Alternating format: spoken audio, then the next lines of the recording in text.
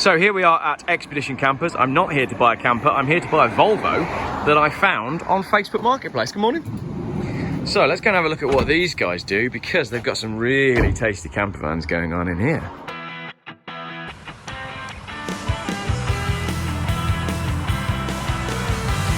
Expedition Campers make the coolest camper vans. Yep, we certainly try.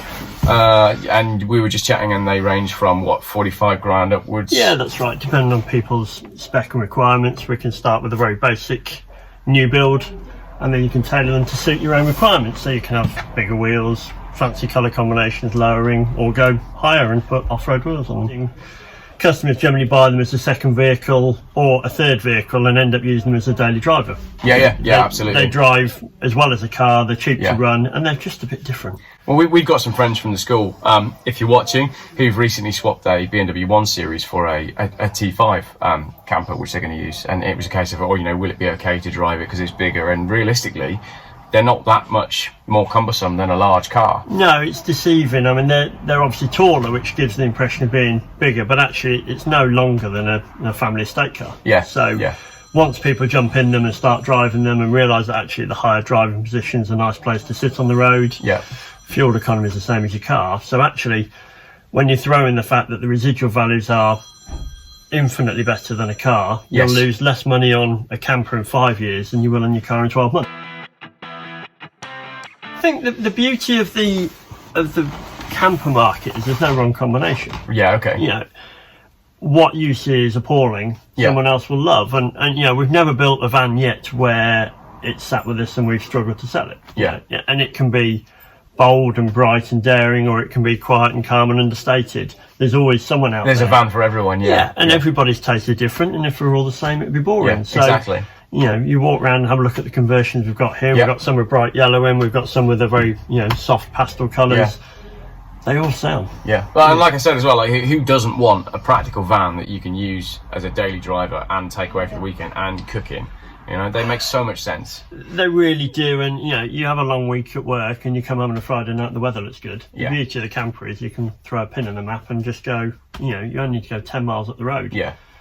You're camping in a field, you're by a river, you're in the woods, you're away from your usual home environment, so it's different. It's the European RV, isn't it? I mean, our roads are smaller, our little lanes in Cornwall are smaller, and the days of a big Fiat Ducato with a giant fiberglass box on the back, it doesn't look that appealing, does it? No, we've just taken a 12-month-old motorhome in, and the couple that bought it had grand plans, and they did 257 miles in a year in it. Wow, yeah, okay. So they've just changed that, bought one of these. It's now parked on the drive rather than in storage. Yeah. So all of a sudden, it's there. You can jump in it. You can just go off and find an adventure. Yeah. And that, that's so much more appealing. Yes.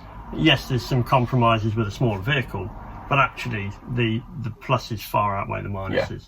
And which is why the residual values are good, and when you start weighing up the fact that you'll get more holidays a year and more memories with the families, they just make sense. They do. So speaking of residual values, adventures for the family, and smaller vehicles, you have a Volvo for sale. I do. Which I found on Marketplace yesterday.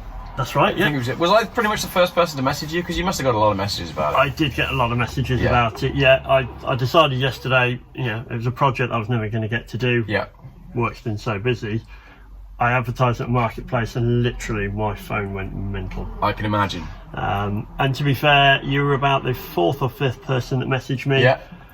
But straight away I could tell you wanted to do something different with it.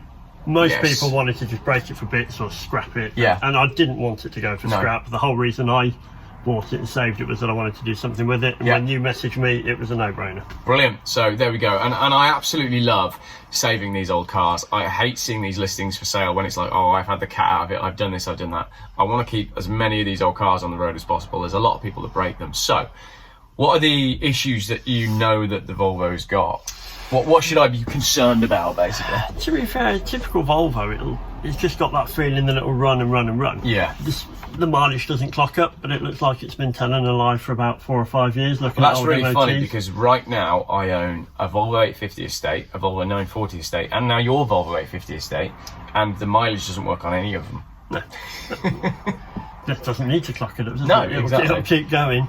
Other than that, it had MOT when I bought it, and I've used it. I was doing a house move at the time, and house rebuild. Yeah. So we used it for the tip runs Yeah. and the full-on Volvo Yeah, jobs. Which is, as I said in my last video, it's what everybody does. They buy a Volvo when they move house, or they go to uni, or they're renovating a house, and then they get moved on. But now all of the cheap Volvos for that have gone. Yeah. So now people buy like Citroen Zara Picassos or Vauxhall Zefiras because that's the new Volvo estate. And they're just dull, aren't they? Exactly, exactly. The Volvo's got so much character, and the couple I took it in part exchange from, Yeah. they'd used it as a dog car, predictably. Yeah. And I've taught my kids to drive in it, and they're all really fond of it. And you know, when I said I was selling it, they were upset about the whole idea. So when you came along with your grand ideas, it's perfect. You know, the last thing I want to see it do is disappear for scrap. So. Excellent. Okay. Well, any car that comes to me certainly doesn't disappear for scrap. I've had a look around the car and I've already fallen in love with it, which is a problem. Little plug for the business. Anything you want to say to people? Anyone who's on the fence about buying a camper van? Don't hesitate, guys. The number of people we have in here that say that they've been thinking about it for years and now's the right time. There's never been a better time to buy a camper van. With holidays abroad being difficult, this is your own little self-isolation bubble. We've got 18 vans to choose from at the moment. We're continually buying stock, and we can tailor make a package to suit. So we can build on a brand new van, or we can build on a used vehicle of your choosing. But we'll try and tailor make a package to suit. We can finance them for up to 10 years. So actually they're more affordable than you might think.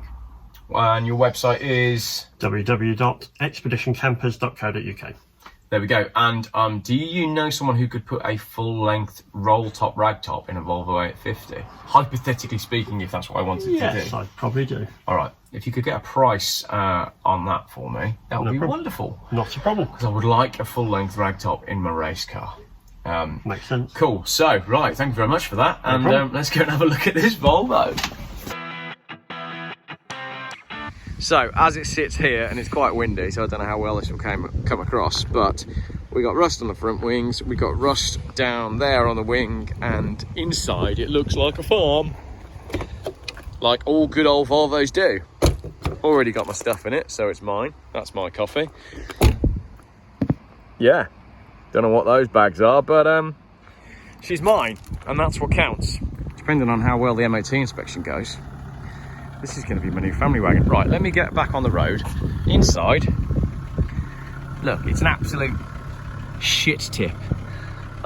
It's horrendous, but 51.1 miles to the gallon. Oh my gosh, this is my new surf wagon, isn't it? Look at this in the back. It's so bad.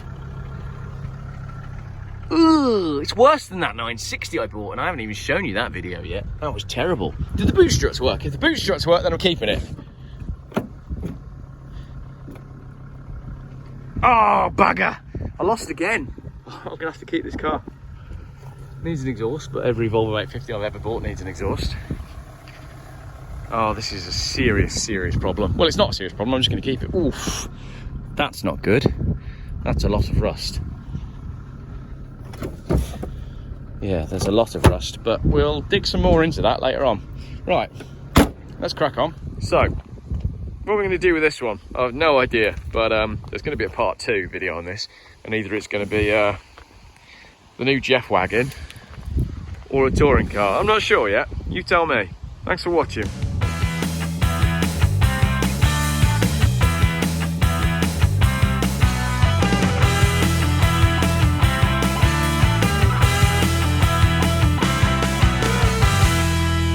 Geoff buys cars.